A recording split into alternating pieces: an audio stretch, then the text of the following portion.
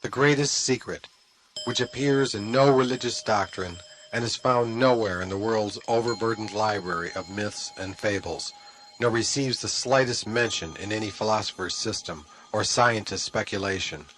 The greatest secret, perhaps the only secret, is that the universe, all of creation, owes its existence to a degenerate little town.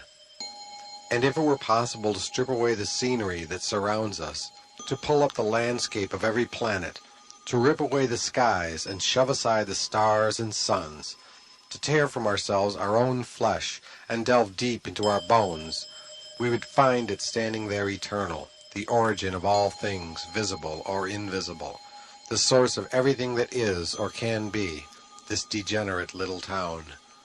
And then we would discover its twisted streets and tilting houses, its decaying ground and rotting sky, and with our own eyes we would see the diseased faces peeking from grimy windows.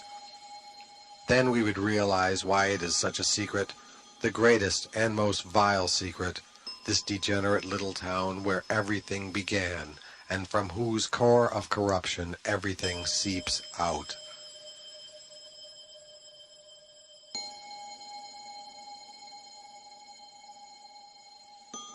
From the beginning, if there was a beginning, this degenerate little town has become ever more degenerate, its streets more twisted, its houses more tilting, its ground more decayed, its sky more rotten. Those faces behind ever more grimy windows have become ever more diseased.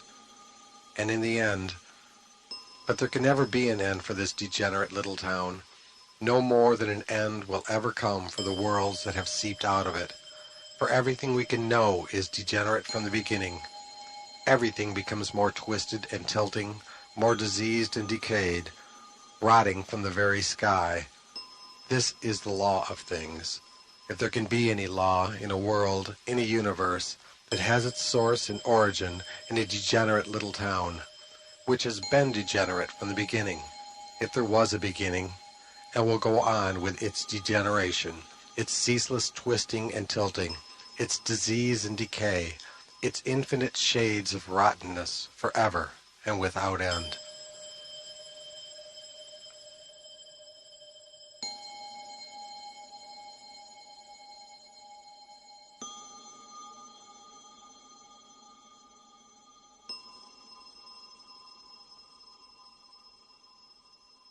We cannot help but wonder, in our most perverse moments, what it would be like to inhabit this degenerate little town, where the sky is forever dripping its rottenness like rain, to be among those faces that are diseased faces, eternally peeking through the glass of grimy windows and out into twisted streets lined with tilting houses, in a town that is forever degenerating and will be degenerating forever.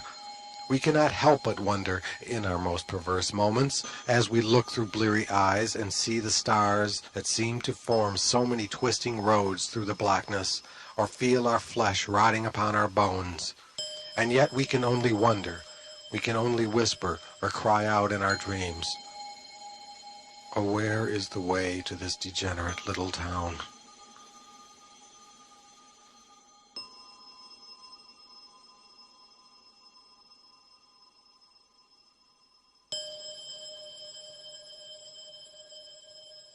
There are those among us who claim to have seen this degenerate little town, although they may be unaware of its true nature.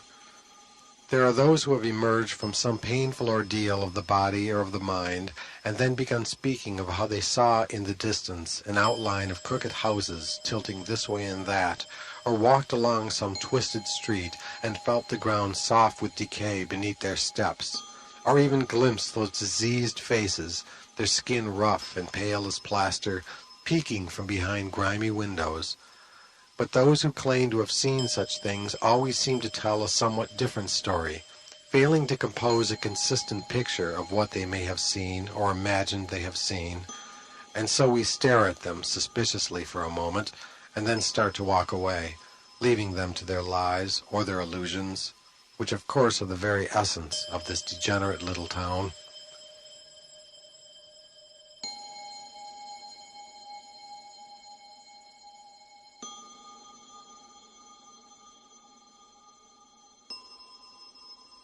Where is this place, this degenerate little town? What is its name, and who were its creators? Such questions are inevitable, a matter of course whenever a world knowledge is attained about anything, never mind the greatest secret, the greatest mystery. Are there seasons in the land of this town? Is there a springtime in which great rains pour down day and night from that rotting sky? Are there sultry summers that lay a heavy stillness upon those twisted streets? And what of its autumn, which must be so succulent with all the colors of decay? Do the winters there, in this degenerate little town, pile their weighty snows upon the peaks of those tilting houses? So many questions about this secret place, but as long as such questions are asked, and countless answers are offered, the greatest secret will always remain protected. For no questions will ever be asked, no answers will ever be allowed concerning those diseased faces that have gazed forever behind the glass of grimy windows.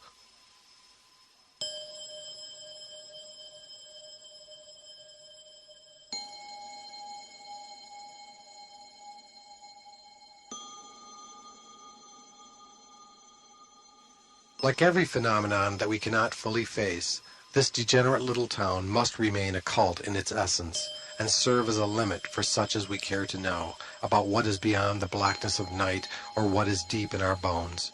For, like every phenomenon that we have actually come to face, this degenerate little town can only pain us, adding to our lives a mere surplus of the pains we have known so well throughout the agonized ages of a degenerate creation.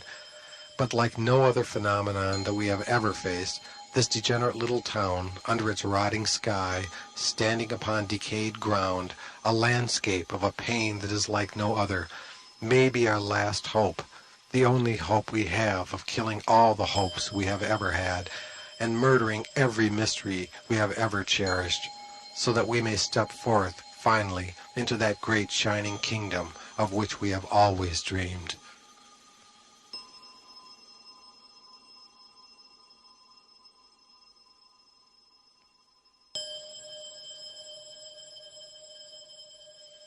It may be quite likely that we are grotesquely mistaken to think there is anything special, anything remarkable at all, about this degenerate little town.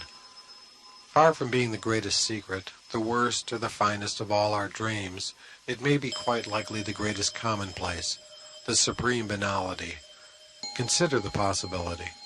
Who among us has not found himself beneath a rotting sky, a sky broken and rotting from what has been heaved up to it during every epoch of this earth, this ground that is miles deep with the decay of anything that has ever lived upon it?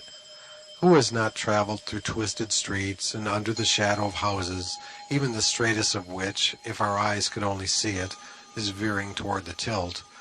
As for diseased faces, they are ever prevailing to the point of embarrassment. And so much for this civic marvel that is beyond the blackness of night, or resides deep in our bones. Yet if this is the case, as it quite likely may be, what remains for us in a universe where there is nothing special, nothing of any account, let alone the saving miracle of this degenerate little town?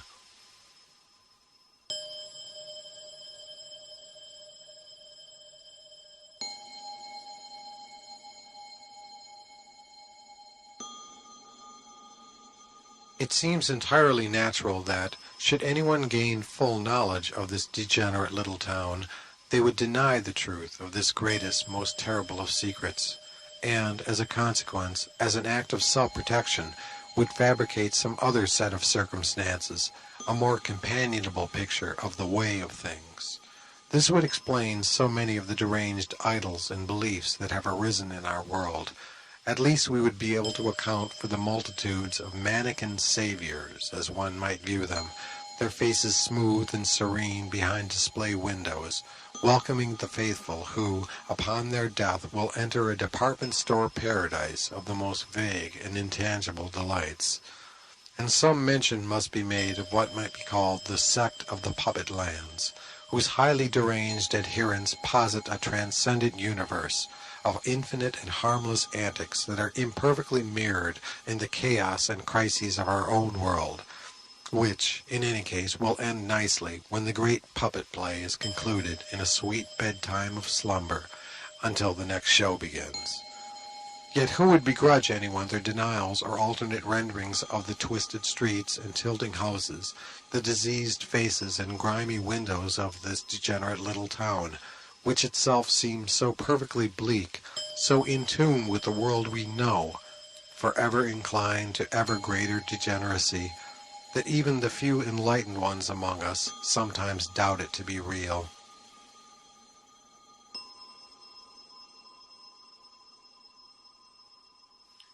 We sometimes imagine that we have heard voices, strange and harsh voices faintly calling from beyond the blackness of night or from deep in our bones.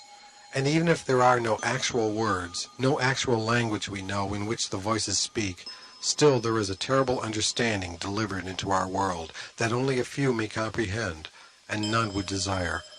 For this understanding, this message of strange, harsh voices from beyond the blackness of night, or from deep in our bones, declares that this degenerate little town, that greatest of secrets, is only a facade or a mirage, a picturesque lie or illusion in the guise of twisted streets and tilting houses, all the rottenness and disease which we sense as the source of all the things we know or can ever know, when in fact there is something else altogether, something which none could comprehend or desire to comprehend, yet which they cannot fail to hear when it slips through the sounds of those strange and harsh voices, when it drifts through during the briefest moments of silence, and from beyond the blackness of night or from deep in our bones comes forth as the hollow resonance of a most dismal laughter.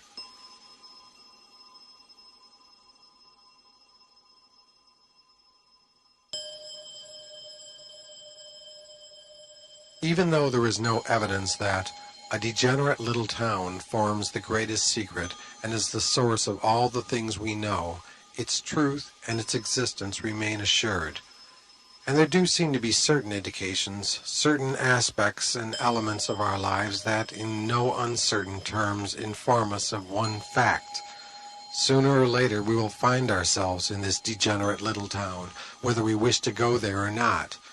Because when the sky begins to darken, as if rotting before our eyes, and when our bones begin to change, growing soft with decay, we know that all the ways of our lives have been leading us, and can only lead us, to this degenerate little town.